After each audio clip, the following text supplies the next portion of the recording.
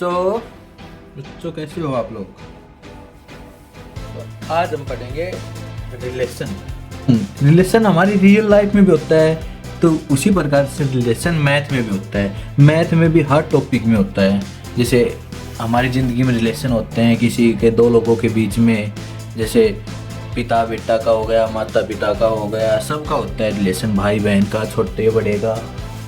उसी प्रकार से मैथ में भी जैसे दो लाइन के बीच रिलेशन हो गया, कोई दो पॉइंट के बीच हो गया, दो लाइन जैसे पैरेलल है, परपेंडिकुलर है, तो उसी प्रकार से सेट के भी अपने रिलेशन होते हैं। कोई दो सेट हैं उनके बीच भी रिलेशन, तो आज उसी के बारे में हम पढ़ेंगे। ठीक है, रिलेशन जिसको हिंदी में बोलते हैं संबंध।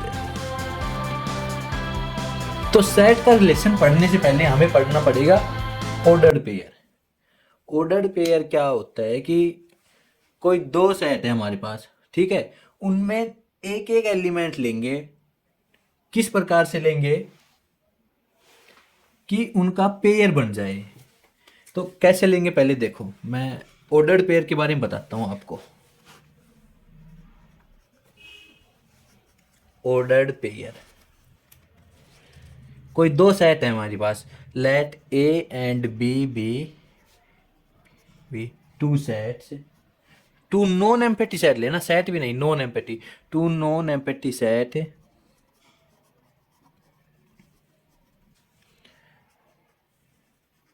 then an order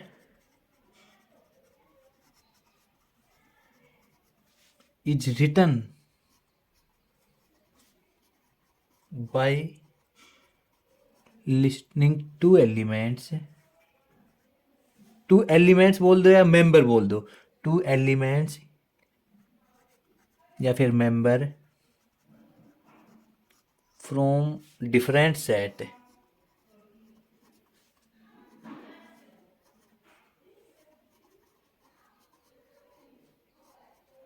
in a specific order.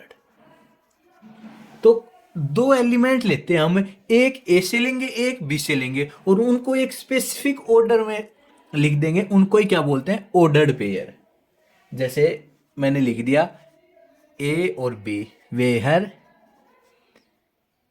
A belong to A and B belong to B.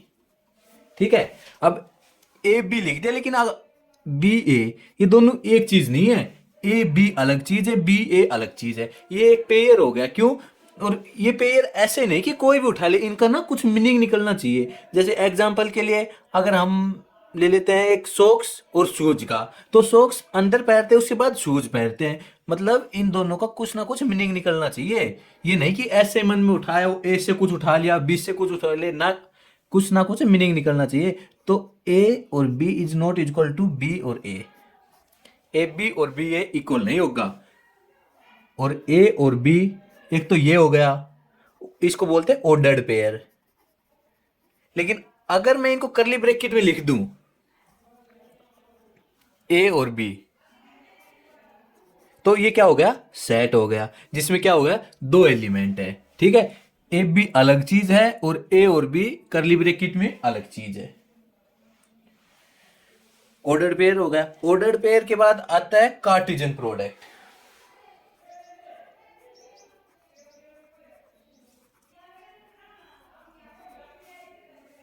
Cartesian product of two set.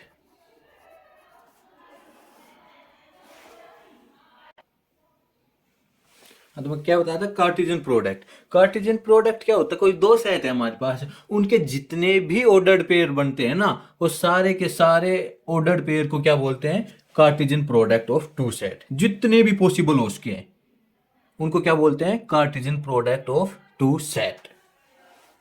तो क्या हो गया, let A and B two sets, let A and B be two sets, then the set of all ordered pair, then the set of all ordered pair, bracket में लिख लो, taking first element from set A and second element from set B. ठीक है, तो क्या हो गया, एक एलिमेंट फर्स्ट वाला तो ए से लेना है, सेकंड वाला बी से लेना है, उनको ही क्या बोलते हैं, सारे के सारे ऑर्डर्ड पेयर को कार्टेशियन प्रोडक्ट बोल देंगे, जिसको हम कैसे डिनोट करते हैं, A cross B. A cross B, A Cartesian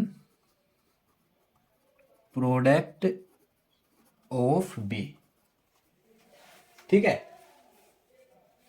अब इसको हम बिल्डर फॉर्म में लिखेंगे। बिल्डर फॉर्म में किस तरह लिखेंगे, ए क्रॉस बी बराबर कोई सेट हो गया ए और B, where A belong to A and B belong to B.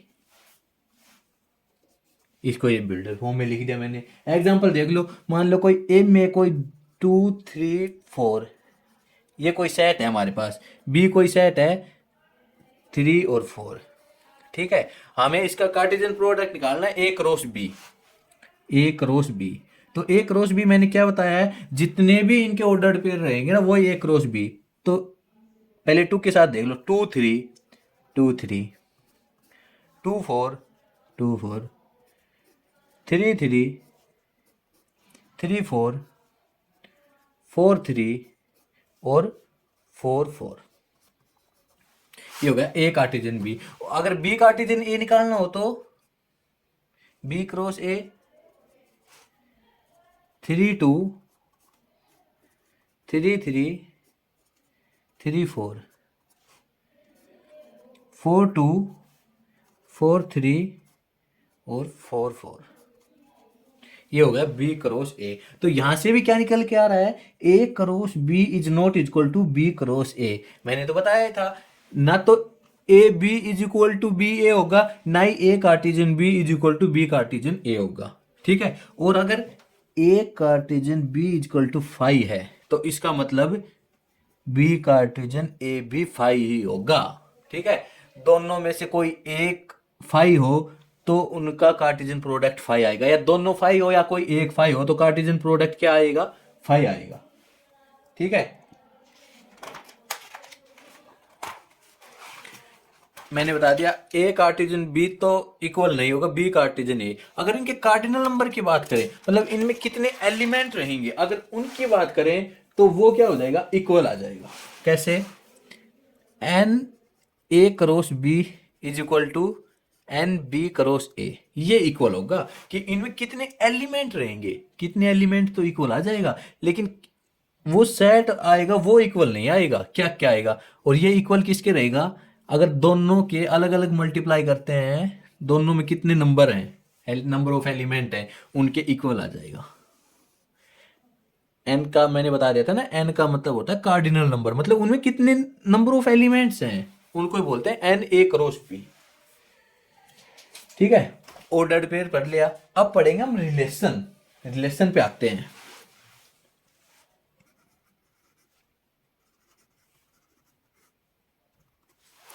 तो रिलेशन पढ़ेंगे तो रिलेशन में क्या होता है, हमने इसके जो भी ऑर्डर्ड पेयर निकाले हैं ए क्रॉस बी के सारे ऑर्डर्ड पेयर हैं, कोई ना कोई उनके ए क्रॉस बी का ही सबसेट रहेगा, उसको ही हम क्या बोलते हैं, रिलेशन बोलते हैं। एक बार डेफिनेशन देख लो फिर समझ में आ जाएगा सही। Let A and B be two sets, two sorry ये मैं गलती लिखा, टू नॉन एम्पटी सेट करना, be two non empty sets, two non empty set, then any subset of A cross B is called a relation from A to B। यही तो मैंने बताया है। क्या बताया है, कोई दो सेट है हमारे पास, ठीक है, उनका कार्टेशियन प्रोडक्ट निकाल लिया A क्रॉस B। जैसे एग्जांपल ये ले लो, इनका A क्रॉस B निकाल लिया, क्या क्या आया, ये पॉसिबल ऑर्डर्ड पेयर ये है इनके। ठीक है, तो इनका ही कोई ना कोई सबसेट रहेगा इनमें से ही, उसी सबसेट को क्या बोलते हैं, रिलेशन बोलते हैं। कुछ भी हो सकता है वो, लेकिन कंडीशन क्या रहेगी, जो भी आएगा ना वो इनका सबसेट आएगा। ठीक है,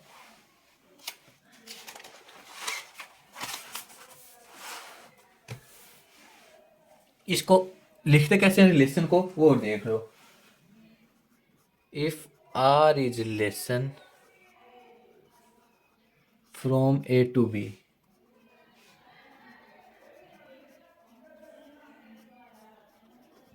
कह रहा आर कोई रिलेशन है, कहां से कहां तक है, ए से बी तक है, और अगर ए और बी आर में बिलोंग कर रहा है तो क्या लिखेंगे, देन ए आर बी, मतलब ए इज रिलेशन फ्रॉम, कोई रिलेशन है कहां से कहां तक, ए से लेके बी तक है। इसका क्या मतलब हो गया, जो रिलेशन आएगा ना वो सबसेट रहेगा, किसका सबसेट रहेगा, ए क्रॉस बी का। समझ में आ गया, एक रिलेशन है, ये तो यार मैं बता रहा हूं बार बार कि कोई रिलेशन है ए रिलेशन टू बी, तो उसकी कंडीशन क्या रहेगी, वो सबसेट रहेगा ए क्रॉस बी का। आर रिलेशन हो गया, ये सबसेट हो गया ए क्रॉस बी का। और क्या बोलेंगे, ए इज रिलेटेड टू बी। ठीक है, अब इसको हम एक तो एरो डायग्राम से भी लिख सकते हैं, एरो डायग्राम के बाद रोस्टर फॉर्म में लिख सकते हैं, या फिर सेट बिल्डर फॉर्म में लिख सकते हैं। सबसे पहले देखो arrow diagram, arrow diagram simple है।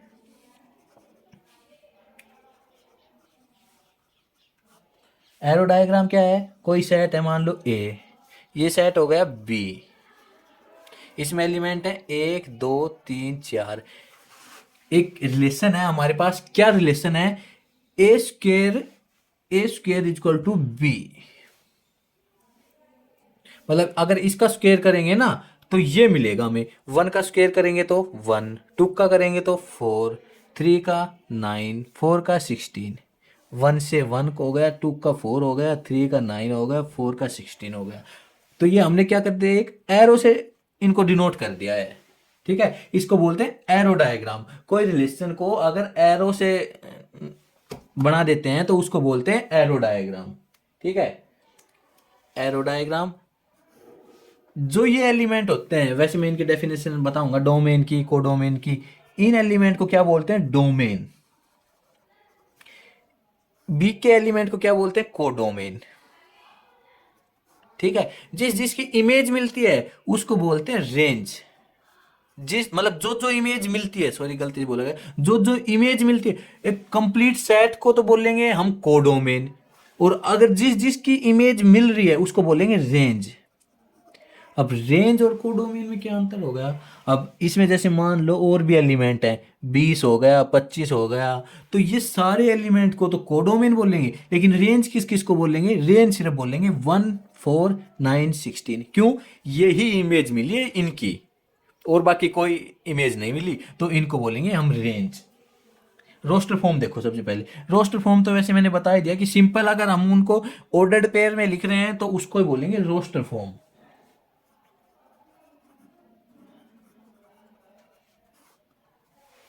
रोस्टर फॉर्म क्या होगा, सिंपल लिख दो बस, कोई रिलेशन है ना उनको सिंपल लिख देंगे, A relation is represented by the set of all ordered pair, by the set of ordered pair।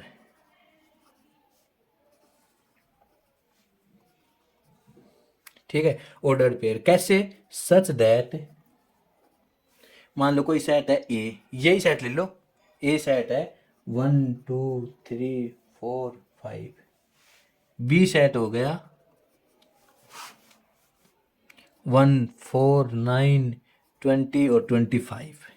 ठीक है, तो एक रिलेशन डिफाइन कर दिया है, A relation is square root from A to B. किसका रिलेशन डिफाइन कर रहे हैं, स्क्वायर रूट का, मतलब अगर हम इसका स्क्वायर करते हैं तो हमें ये मिलना चाहिए। तो इसमें क्या क्या एलिमेंट आ गया, आर बराबर 1 का स्क्वायर करेंगे 1 मिल गया तो 1 1 हो गया, 2 का स्क्वायर करेंगे 4 तो 2 2 2 और 4 हो गया, 3 का करेंगे तो 9 हो गया। इसके बाद और कोई मिल रहा है यहाँ पे, 4 का करेंगे 16 नहीं है, 5 का करेंगे ये नहीं है, तो इनको मैंने ऑर्डर्ड पेयर में लिख दिया, इनको क्या बोलते हैं, रोस्टर फॉर्म। ठीक है, और अगर इसको मेरे को बिल्डर फॉर्म में लिखना हो तो कैसे लिखूंगा, बिल्डर फॉर्म में मैं कोई प्रॉपर्टी से लिख दूंगा, सिंपल है। कोई रिलेशन होगा आर, ए और B, where A belong to A और B belong to B. A तो कहां से बिलोंग करेगा, ए से करेगा, और बी कहां से बिलोंग करेगा, बी से करेगा। और एक कंडीशन क्या लग रही है, and A square is equal to B. ये मैंने बिल्डर फॉर्म बना दी, सिंपल है। अब यहां से कोई भी एलिमेंट उठाएंगे, अगर उसका स्क्वायर इसमें मिल रहा है तो वो इस प्रॉपर्टी में आ जाएगा, इसको हम बोल देंगे बिल्डर फॉर्म। ठीक है, बिल्डर फॉर्म हो गया। अब आती है डोमेन, कोडोमेन, रेंज। वैसे तो मैंने बता दिया, दोबारा देखो। तो सबसे पहले डोमेन। डोमेन क्या होती है, यहीं देखो।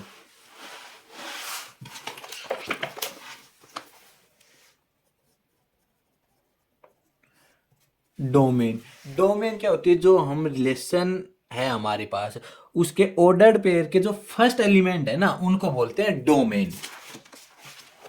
यहां मैं आपसे पूछूं डोमेन, डोमेन क्या हो गई इसकी, 1 2 3, जिस जिसकी भी इमेज मिले वो क्या हो गई, डोमेन हो गई। Set of all first element of the ordered pair.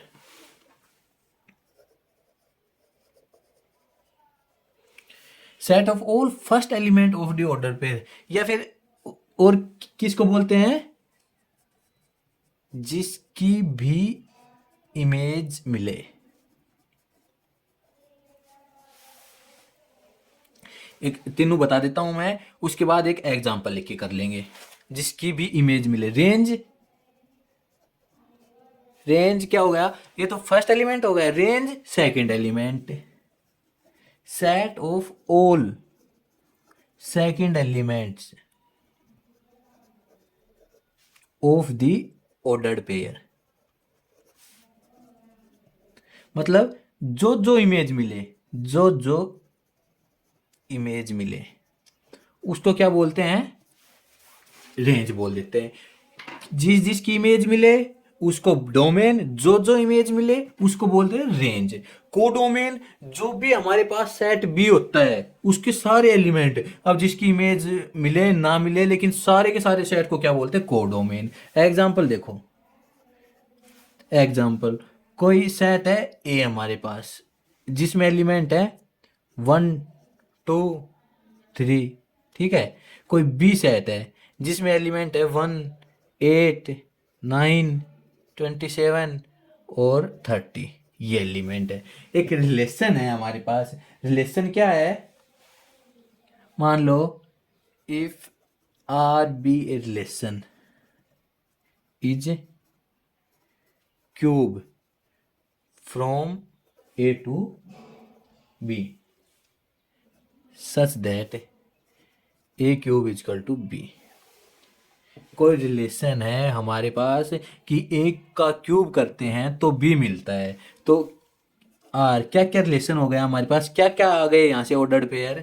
1 का क्यूब करेंगे तो 1 का 1 आएगा, 1 का 1 हो गया। 2 की क्यूब करेंगे तो 8 आएगा हमारे पास, 3 की क्यूब करेंगे तो 27 आएगा।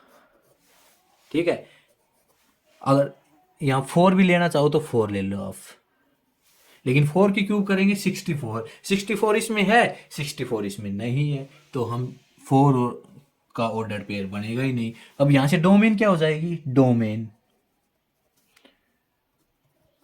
डोमेन मैंने क्या बताया था, set of all first element of the ordered pair 1 2 3, 1 2 3, ये डोमेन हो गई। Range, range set of second element of ordered pair, इसमें ये भी ऐड कर लेना, पूरी कंप्लीट डेफिनेशन लिखो तो, set of all first element of ordered pair which belong to R, मतलब जिस रिलेशन में हम डिफाइन कर रहे हैं ना उसके फर्स्ट एलिमेंट, ना कि यूं मन में आए उसके उठा रहे हो, तो हम तो इसमें डिफाइन कर रहे हैं। रेंज, रेंज क्या हो जाएगी, 1 8 और 27, 1 8 27, ये इसकी रेंज हो गई। कोडोमेन, कोडोमेन कंप्लीट वी सेट 1, 8, 9, 27 और 30, ये हो गई कोडोमेन। ठीक है गाइज, समझ में आ गया डोमेन, कोडोमेन, रेंज। अब आते हैं इसकी टाइप। तो अगर टाइप इसी क्लास में पढ़ाऊंगा तो मैं क्लास लंबी हो जाएगी, तो नेक्स्ट क्लास में करवाता हूँ मैं इसकी टाइप। ठीक है गाइज, धन्यवाद।